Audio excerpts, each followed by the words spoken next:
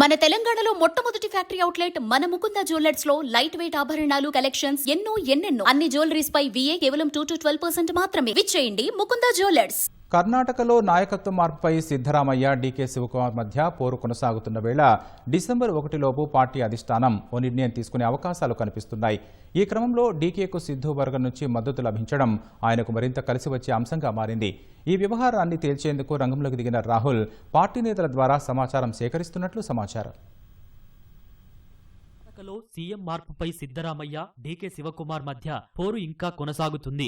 ఈ క్రమంలో సీఎం సిద్ధరామయ్యకు సన్నిహితుడు కర్ణాటక హోంమంత్రి జి పరమేశ్వర కీలక వ్యాఖ్యలు చేశారు. నాయకత్వ మార్పునకు అధిష్టానం అంగీకరించిన పక్షంలో ఉప ముఖ్యమంత్రి డీకే శివకుమార్ సీఎం అయ్యేందుకు తాను మద్దతిస్తానని తెలిపారు. సీఎం ఆంక్షల గురించి ఎవరైనా అడిగితే తాను రేసులో ఉన్నానని చెబుతుంటానని జి పరమేశ్వర చెప్పారు. డీకేకు సీఎం పగ్గాలు అప్పగించటం తనకు ఆమోదయోగ్యమే అని అన్నారు. ఈ సందర్భంగా తనకు కూడా ముఖ్యమంత్రి అవ్వాలనే కోరిక ఉందని జి పరమేశ్వర పేర్కొన్నారు. పార్టీ కోసం తాను చేసిన కృషి గురించి హైకమాండ్ కు తెలుసని, తుది నిర్ణయం వారిదేనని అన్నారు. ఈ క్రమంలో కాంగ్రెస్ అధ్యక్షుడు మల్లికార్జున ఖర్గే కూడా కర్ణాటక సీఎం పదవికి తాను తగిన వ్యక్తినని అన్న విషయాన్ని జి పరమేశ్వర గుర్తు చేశారు. అయితే సిద్ధు, డీకేల మధ్య ఎలాంటి ఒప్పందం జరిగిందనే విషయం తనకు తెలియదన్నారు.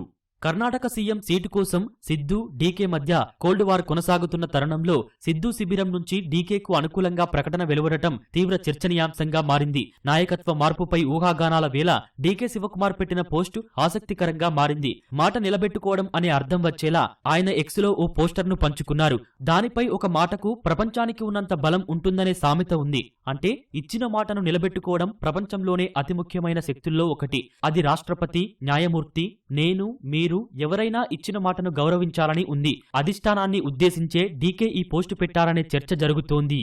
ఈ సమస్యను పరిష్కరించేందుకు కాంగ్రెస్ అగ్రనేత రాహుల్ గాంధీ రంగంలోకి దిగారు. కర్ణాటక మంత్రి ప్రియాంక ఖర్గే మరికొందరు నేతలతో సమావేశమయ్యారు. తాజా పరిస్థితులపై సమాచారం అడిగి తెలుసుకున్నారు. కర్ణాటకలో నాయకత్వ మార్పు అంశంపై ఏఐసీసీ అధ్యక్షుడు మల్లికార్జున ఖర్గే కూడా బుధవారం స్పందించారు. సోనియా, రాహుల్, తాను కలిసి ఈ అంశంపై నిర్ణయం తీసుకుంటామన్నారు. ఆ తర్వాత సీఎం సిద్ధరామయ్య, ఉప ముఖ్యమంత్రి డీకే శివకుమార్ ను ఢిల్లీకి పిలువనున్నట్లు ఖర్గే తెలిపారు. ఈ పరిణామాలను పరిశీలిస్తే కాంగ్రెస్ అధిష్టానం త్వరలోనే ఓ నిర్ణయం తీసుకునే అవకాశమున్నట్లు తెలుస్తోంది. డిసెంబర్ 1 లోపు ఓ నిర్ణయం తీసుకోనుందనే ప్రచారం ఊపందుకుంది.